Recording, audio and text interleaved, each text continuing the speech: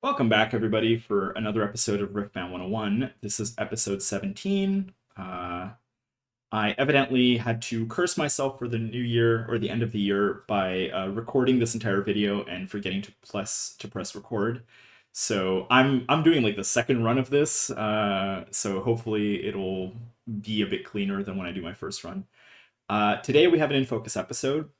It's not going to be like the other In Focus episodes that I've done before, largely because I've been struggling a lot to try to find a way to approach non-set body decks without having to do a discussion about Aurora 4 times in a row. Because Aurora is such a big player in decks that are piloted by Master Yi, MF, Volley, and Garen, and even Lee to an extent.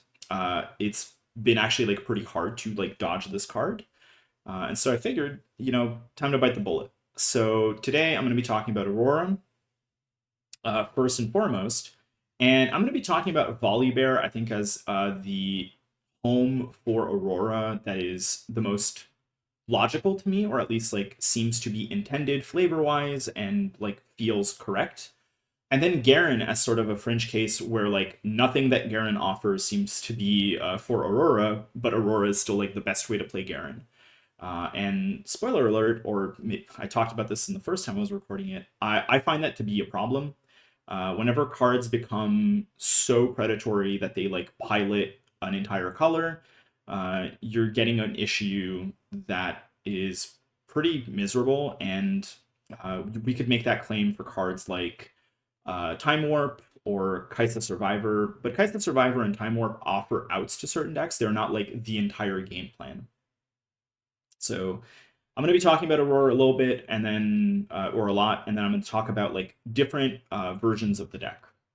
So the way that the episode is reconfigured, usually I talk about Legends and what you fit into Legends game plan. This time I have to talk about Aurora and what cards Aurora needs to function, which kind of come as an overall package, and then how that package is compatible or incompatible with legends that are available to body in general, as well as what other domains offer to Aurora as build. And then the last part of this is going to be talking about two core builds, one for Volley, one for Garen, and then a budget version to get you away from Aurora if you, like me, are tired of seeing the card. So, core concepts. Aurora as a game piece is really like the top end of top ends. If people remember, or people here played any Legends of Runeterra, War Mother's Call, which is the original version of Dazzling Aurora, is sort of like the exact same thing. Massive energy cost. You play it, it sits on the board, and it just starts like overwhelming your opponent with value. And so what you need to do is get to 9 energy as fast as possible. And the recycle 2 energy room, like the recycle 2 body rune cost is pretty inconsequential to this card. Once you've played it, you will tend to re-ramp back to 9 next turn, and then that'll be it. Like, the game will probably either see you get Aurora removed and lose, or you will overwhelm your opponent, and so it's not really material to the cost of the card. It is gear, and this has some implications for how the color interacts with yellow that I'll talk about a bit later in the video. And the other thing that Aurora really wants is big units, right? Like, there's nothing you hate more than ramping to 9 and then seeing like a 4 or 5 cost unit that you could have just played yourself, especially in like wrong circumstances. I've been on the receiving end of this card a lot from MF decks, and I gotta tell you, I love seeing people top deck into a Soul Gorger as their first unit, and they kind of just lose the game because they spent like 4 turns and a gear to play like a 5 drop that does nothing for them, and then I can remove Dazzling Aurora and it's kind of done. So Aurora really needs you to get like to that point. And there are some pieces that are kind of stock with Aurora decks now. So Deadbloom almost always is a 3 of. This is like, ripped from the Lee video that I was talking about. Huge body, good deflect, and also has like a pseudo accelerate that you can play to the enemy battlefield. it is like the core target for Aurora in most times because it is on color. Mobilize and Catalyst are kind of like ramp 1 and ramp 2. Mobilize, when you use it as like when you're at 12 and use it, you also draw. Catalyst is a bit more forgiving. If you ramp from 11 to 12, it'll still draw you, but often you want to play it early so that you can ramp from 4 to 6.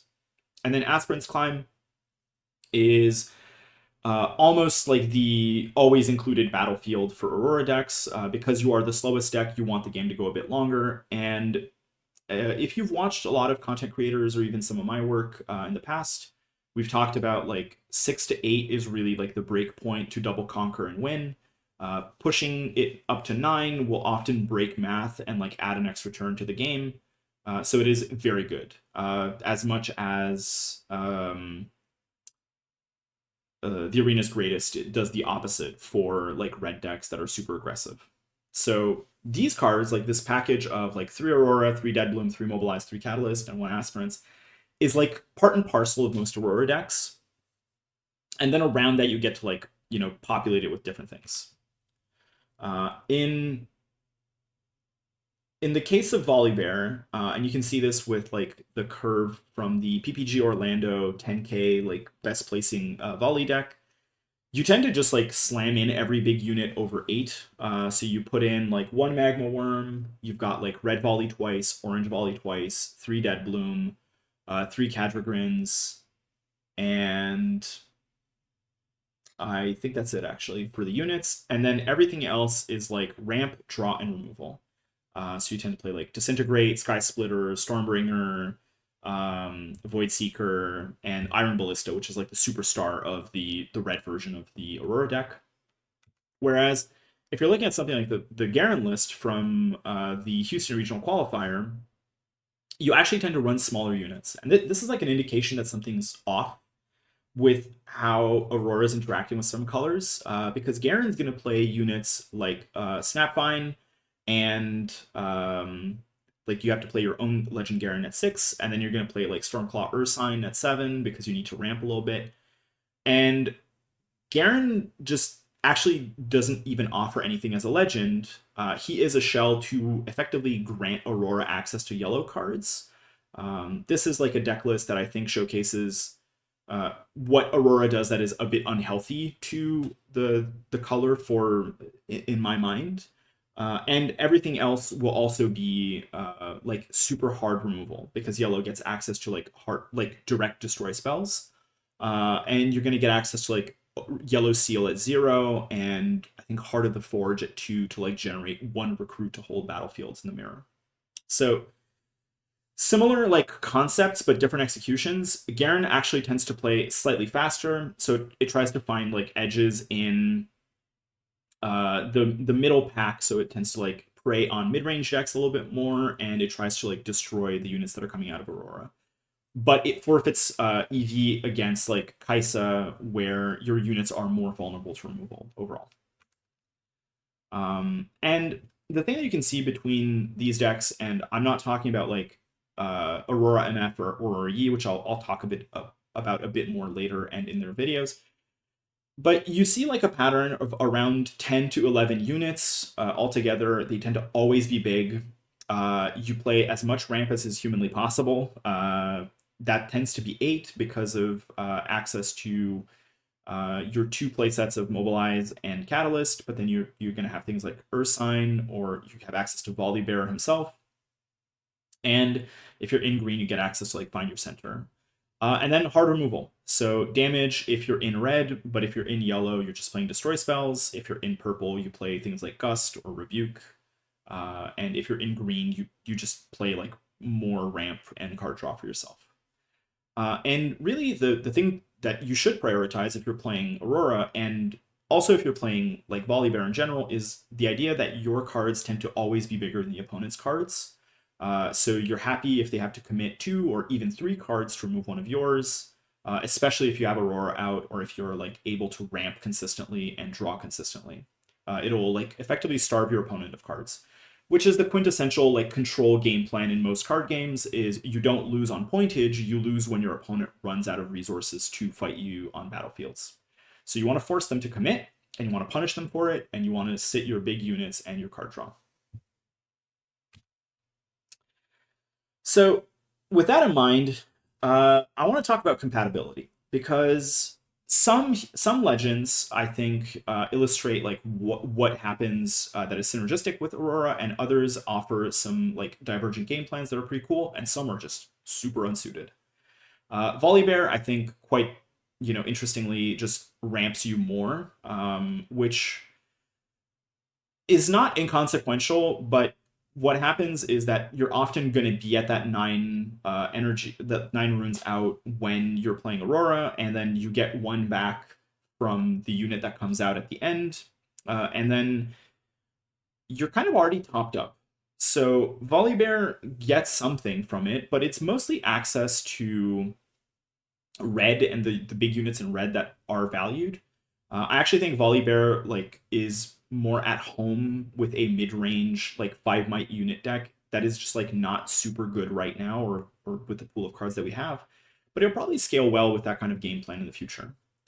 And like I mentioned before, Garen is like, I should probably put Garen like 5th at the end of this list in terms of like compatibility, but I'm talking about him as a core of this video. So Garen offers like nothing to Aurora. The amount of times that you will have 4 units out with Aurora is almost 0. And if you do have them out, they're probably already on a battlefield. So what you get with him is access to yellow. You don't really use him for anything else. And his champion unit is even more unsuited than like Volley's champion units, which at least are on game plan, right? Like they're big bombs. Then you get access to, I think, the decks that are more consistent with Aurora currently. So MF, access to purple, but the champion ability that you do get from MF is super useful. So granking, ganking to like a big unit allows you to move it across battlefields and score a second point.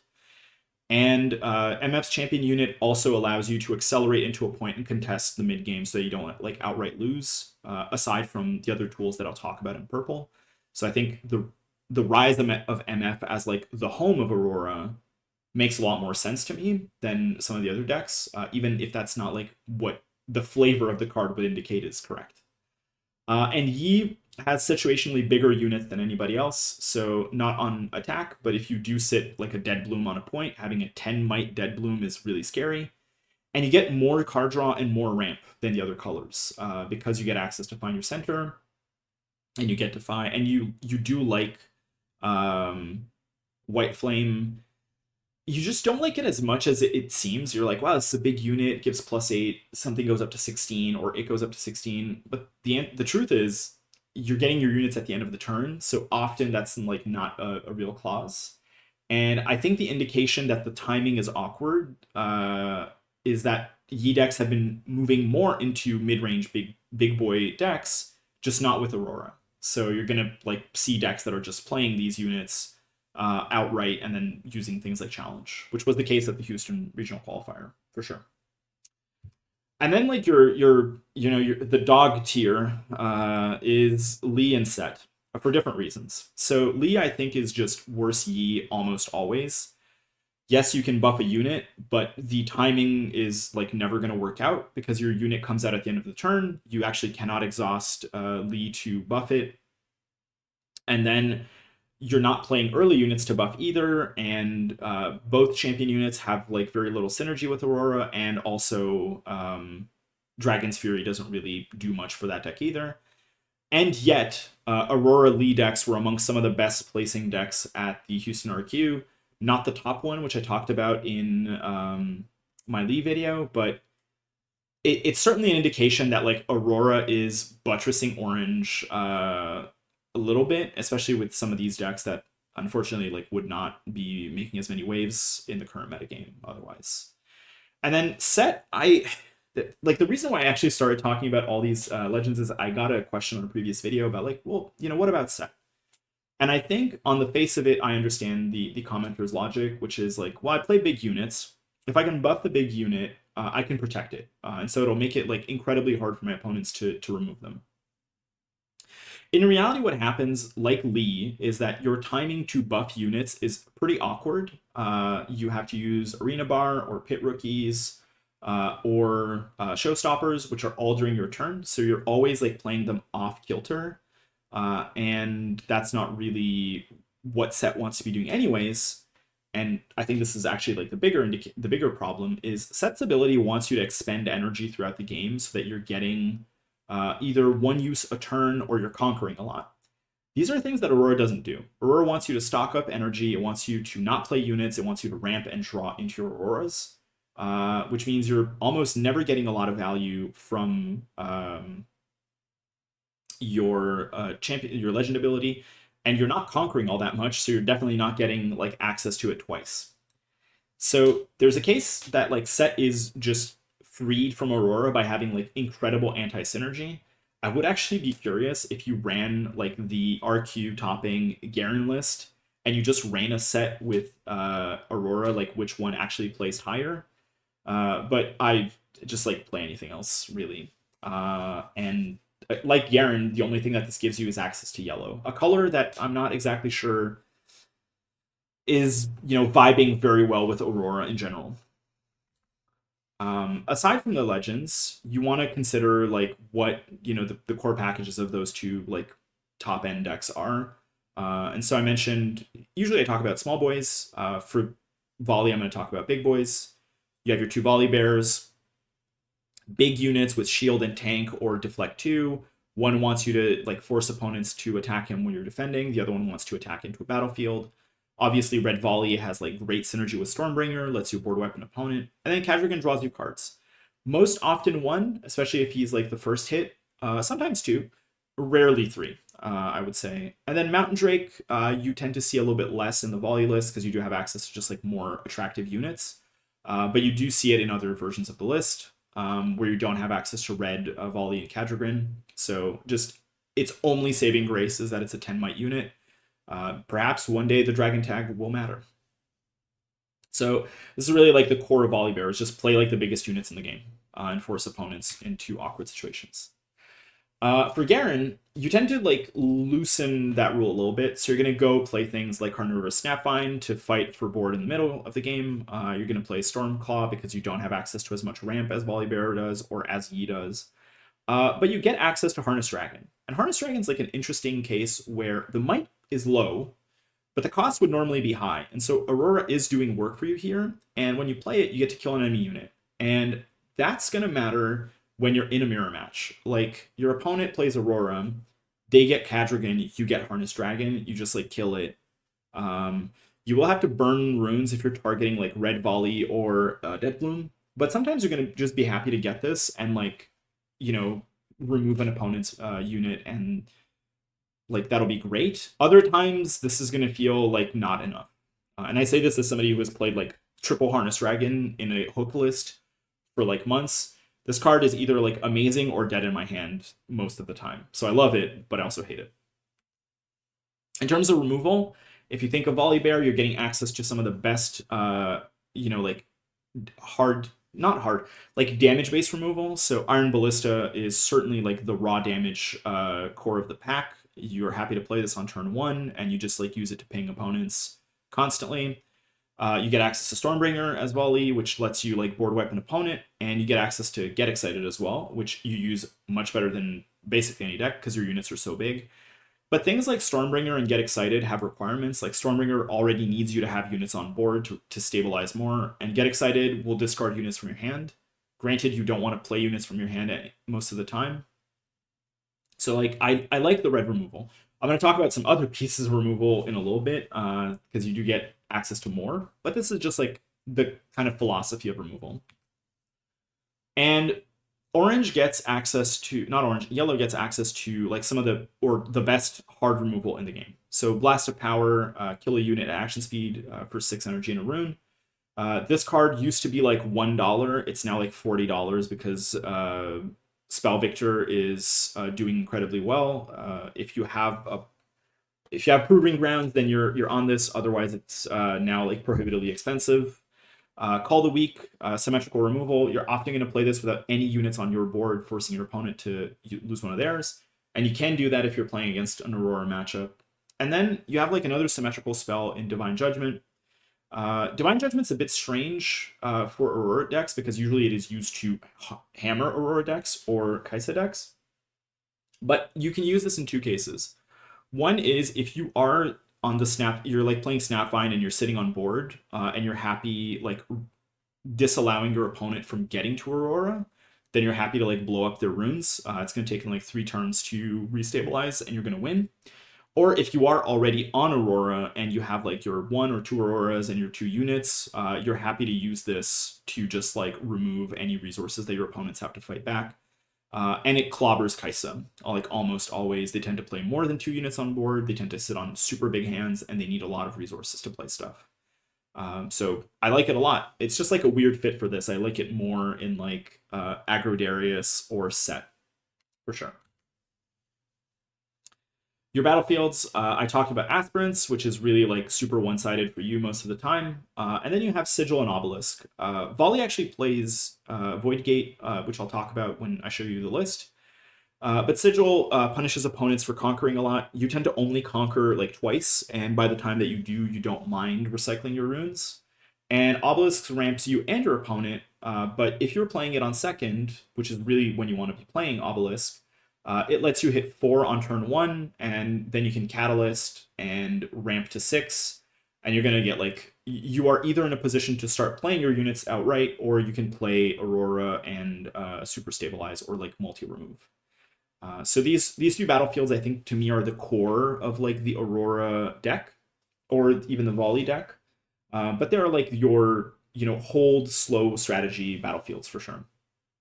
I think like the only other deck I've seen play Aspirants is like Lux, which you don't see that much of. Okay.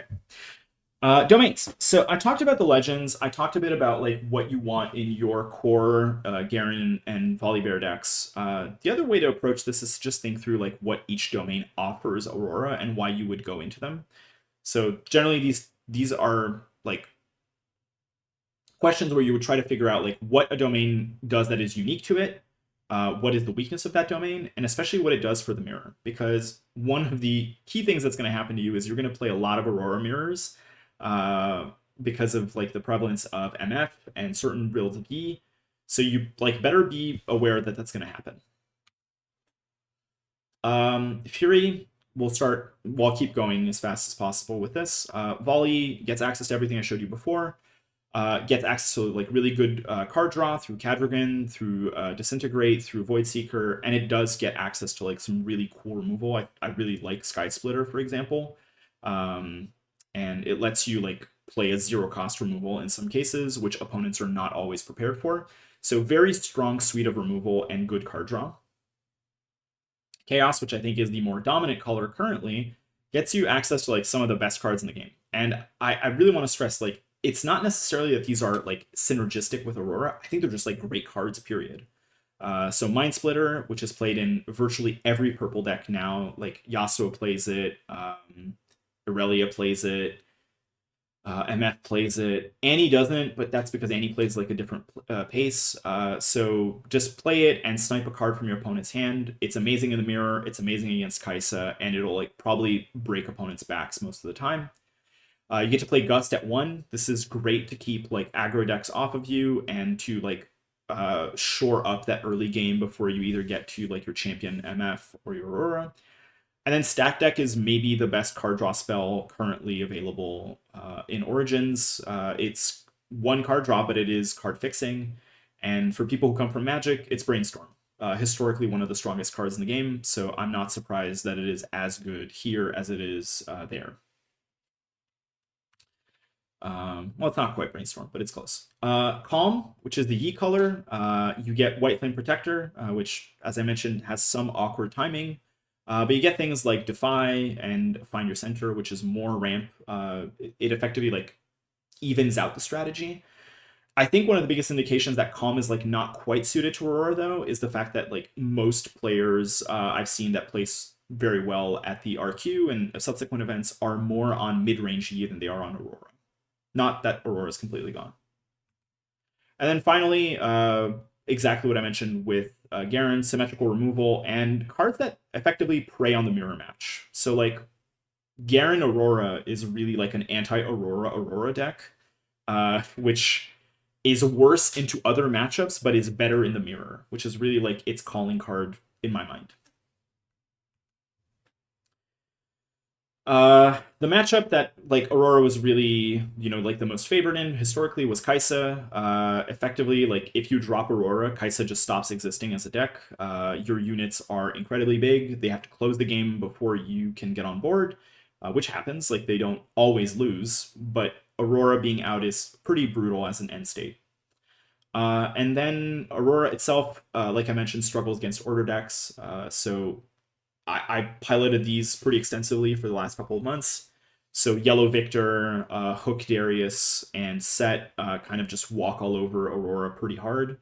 And the more those decks are out, the worse Aurora does. And you also tend to have like some pretty weird matchups against Annie because they can kick back your units or just like move theirs back to base and like reconquer them. And you also can't necessarily stop Vi Ride the Wind either. So Kaitha, very good. Order deck's pretty bad, but you don't see them that much. Annie, pretty bad. Would be like the short answer. Set bad, but you don't see that much set right now either. So keep all of that in mind. Okay, so this gives you an idea, and I've been talking about Aurora a lot, so I'm just gonna show you like the core build for Volibear and the core build for Garen, with a caveat that like you don't need to play Aurora, but it is unfortunately what Volley and Garen are getting the most success with. So the Chris Dorsey PPG Orlando one from the 10K event Saturday, like 2 or 3 weeks ago, is the one that I've been using to like talk through this video. Basically, this list is like super stock. All the big units, Aurora, removal spells, and the one card I haven't really covered that much, which is Sabotage, which is hand disruption, and you're going to use it to hit Auroras in the mirror, or to hit things like Acathian Rain or Time Warps, or anything that can like steal the game out from under you. But you can't use it against units, which is important. And then the sideboard proportions for Sky Splitter, Magma Worm, and Stormbringer, depending on the kind of matchup you're seeing. If you're seeing like a super low to the ground deck that's getting around you, you can trade out like your 2 orange volleys and probably 1 Cadrigrin, or even actually your other red Volibear to put in 3 Snapvines so you can fight opponents on board. And then Vi is for like decks that are hyper greedy like you, and you can just sit a Vi early on a point and just start scoring some points early. This is my sense, anyways. And the battlefields, like I mentioned, Aspirants and Sigil are pretty straightforward, and you get Void Gate.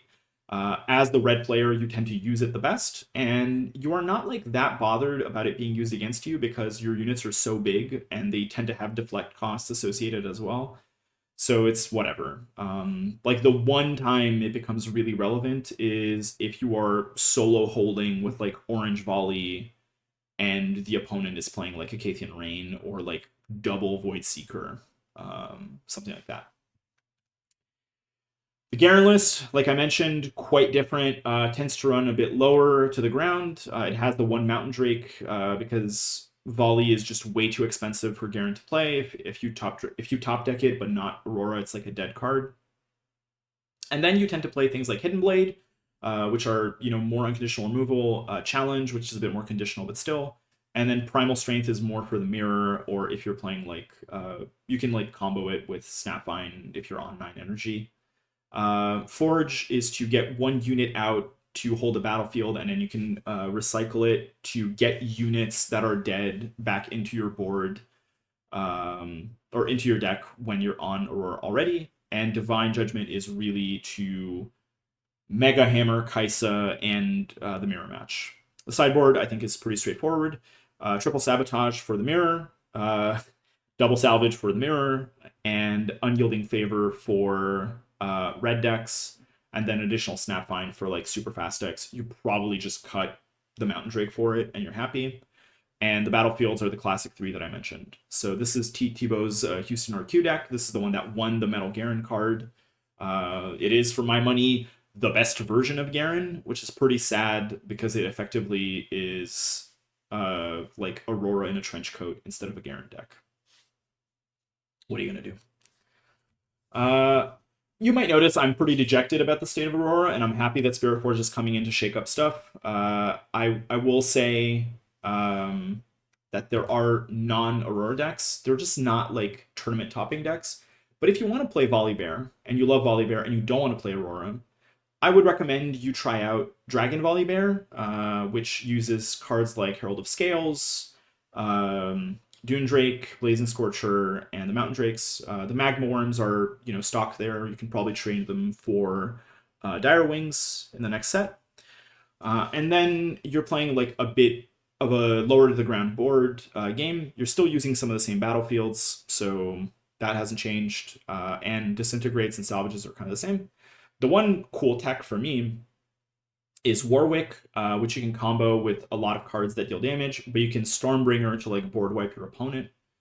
Be aware that if you're against orange, Unyielding Spirit is gonna like hammer you, but otherwise you can break through even the most tanky battlefields that are like sat behind a potential grand stratagem, or like an orange Lee Sin that's like making everything super big and holding, or even things like a big Ari battlefield that's on hold as well.